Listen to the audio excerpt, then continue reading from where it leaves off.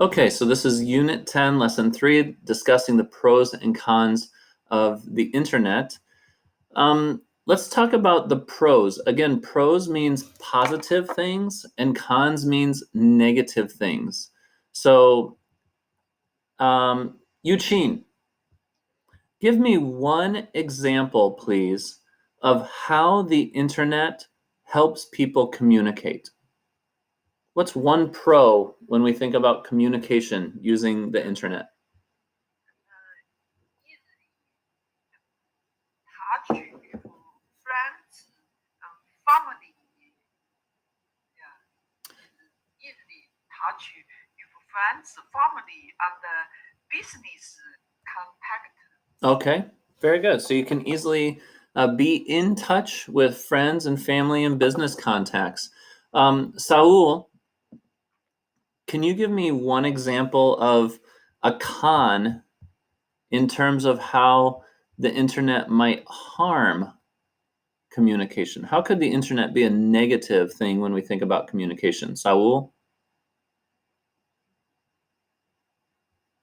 I am thinking in miscommunication when you send an email or something that can be misunderstood, or also I think that we can start communicating more by through internet instead of face to face. That can kind of change Absolutely. our relationships. And Saul, maybe when we communicate on the internet, we can't even see the person's face sometimes, right?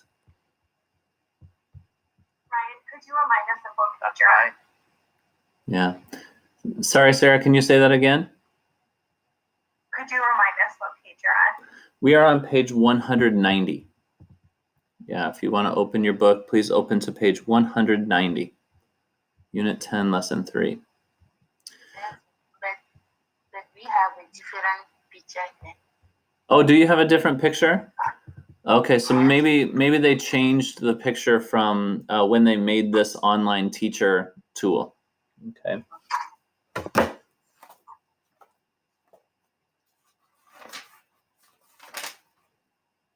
Okay. All right. So we're going to listen to a talk show radio. It's just under 3 minutes long. And in this talk show, you're going to hear a psychiatrist and the host discuss the effects of internet communication. So as you listen, please listen to some positive effects and some negative effects. What we're going to do from here on Blackboard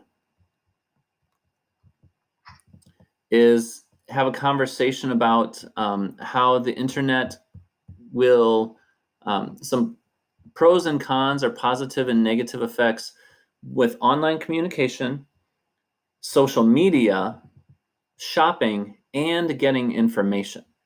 Okay, and so that's where we're going to be going with this discussion after we do the listening activity. So please listen for positive and negative effects as you listen to this conversation.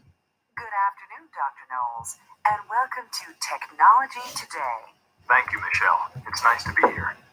So, Dr. Knowles, lately we've been hearing a lot, both positive and negative, about the effects that the internet has had on human communication. Let's start with the positive. Well, there are many positives. We all know that the internet has made it incredibly easy for people to stay in touch with family, friends, and business contacts who are far away. With the internet, we can also reconnect with people from our past, and we're able to make new friends and contacts with people we would never have even met before. For example, the internet has given people who live in isolated areas the chance to communicate with others who share their interests and concerns. For people with disabilities that prevent them from going out and meeting others face to face, the internet has opened a whole new world. And of course, the internet has made it possible for scientists to share information instantaneously. The sharing of scientific ideas was the original reason for the creation of the internet. It remains one of its most important uses today. That's a pretty impressive list. Yes, it is. Why then are there so many warnings about the internet harming human communication? First of all, Let me say that I strongly believe that the internet has done more good than harm.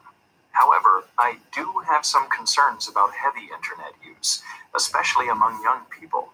Such as?